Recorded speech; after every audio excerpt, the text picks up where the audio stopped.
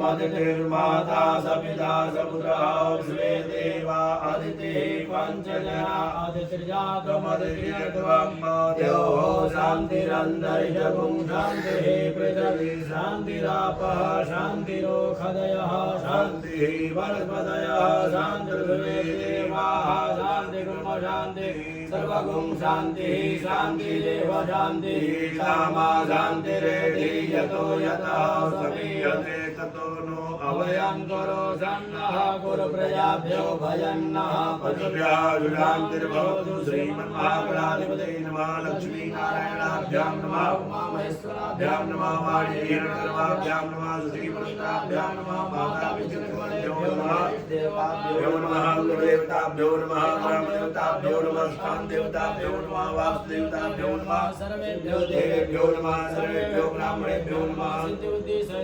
श्रीमन्महागणाधिपतये नमः विश्वेश्वरं माधवं दण्डिं दण्डपाणिं च भैरवं वन्दे काशीं गुहां गंगां भवानीं